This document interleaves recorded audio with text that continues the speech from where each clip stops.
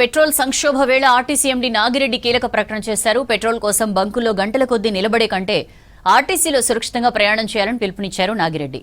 ఈ మేరకు metro, deluxe, super డీలక్స్లో 30% రాయితీ ప్రకటిస్తున్నట్లు చెప్పారు. గత 3 రోజుల్లో ఆర్టీసీ ప్రయాణికుల సంఖ్య పెరిగిందంటున్న నాగిరెడ్డితో Anil face to face.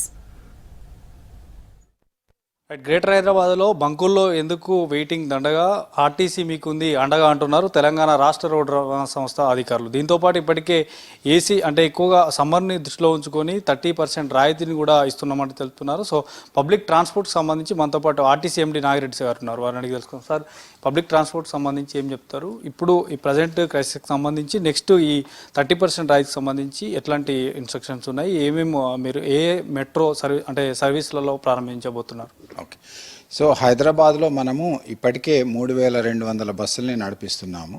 So దాంట్లో దాదాపు 400 ఎలక్ట్రిక్ బస్సులు కూడా ఉన్నాయి. సో మనకి మిగతా అన్నీ కూడా డీజిల్ బస్సెస్ ఉన్నాయి. వాటికి సంబంధించినటువంటి ఫ్యూయల్ అయితే డీజిల్ ఏదైతే ఉందో మనకి రెగ్యులర్గా కంపెనీస్ నుంచి సప్లై వస్తుంది. సో దానికి సంబంధించి ఎటువంటి ఇష్యూ లేదు. అదేవిధంగా గవర్నమెంట్ కూడా ఈ యొక్క పెట్రోల్ కానీ డీజిల్ మీద గట్టిగా రివ్యూ చేశారు. ఆయిల్ కంపెనీస్ కూడా స్టేట్మెంట్స్ ఇచ్చారు, ఎక్కడ కూడా కొరత లేదని చెప్పేసి. కాబట్టి దాని గురించి ప్రజలు కూడా ఆందోళన పడకూడదు.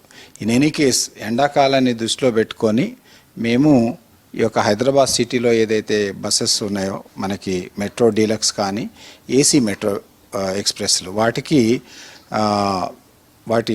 వాటిలో 30% మనం రిడక్షన్ ఇవ్వడం జరిగింది. సో దాని ప్రైస్ కూడా మెట్రో ఎక్స్ప్రెస్ ఈక్వల్గా ఉంటుంది. కాబట్టి ఎవరైతే టికెట్లు తీసుకుంటున్నారో వాళ్ళు ఏ బస్సులోనైనా కానీ ఈజీగా ట్రావెల్ చేయొచ్చు, ఈజీగా ఏ ప్రాంతాల్లోకైనా పోవచ్చు, హైదరాబాద్లో మాత్రమే అన్నమాట. సో మహాలక్ష్మి పథకం ఓన్లీ మెట్రో ఎక్స్ప్రెస్ వరకే వర్తిస్తుంది. దీంట్లో మెట్రో డీలక్స్ కానీ తర్వాత ఏసీ మెట్రోలో టికెట్స్ తీసుకోవాలి ఎవరైనా కానీ. ఈ బంకులలో ఎక్కువగా వెయిట్ చేస్తున్నారు కదా, సో ఈ 2-3 డేస్ నుండి ఏమన్నా స్ట్రెంత్ అంటే ఎక్కువగా ఆర్టీసీ బస్సులో ప్రయాణికుల సంఖ్య పెరిగిందా? ఈ 2-3 డేస్లో ఇంత డిఫరెన్స్ ఏం కనపడలేదు. అయితే ఏంటంటే ఈ ప్రజల్లోకి ఈ యొక్క 30% ఆఫ్ ఇస్తున్నాం అనేది గట్టిగా వెళ్తే ఆర్టీసీలో ఎక్కువ మంది ప్రయాణం చేస్తారని చెప్పేసి మేము భావిస్తున్నాము. మా యొక్క ఆర్టీసీ డిపో మేనేజర్స్ కానీ మా యొక్క స్టాఫ్ ద్వారా కూడా కొంత ప్రజల్లోకి అవగాహన కల్పిస్తున్నాము. ఎక్కువ సర్వీసులు ఏమైనా పెంచే అవకాశం ఉంటుందా? ఇది ఓన్లీ ఇప్పుడున్న సర్వీసులోనే ఇది వర్తిస్తుందా ఈ 30%? ఇప్పుడు ఈ 30% ఏదైతే ఉందో existing metro deluxe and metro AC సర్వీసెస్లో అప్లికబుల్ ఉంటుంది. అయితే హైదరాబాద్లో ఇంకా అడిషనల్గా ఏమన్నా బస్సులు కావాలంటే కూడా పెట్టేదానికి సిద్ధంగా ఉన్నాము. ఆ దృష్టిలో మనకి ప్రణాళిక ఉంది ఆల్రెడీ.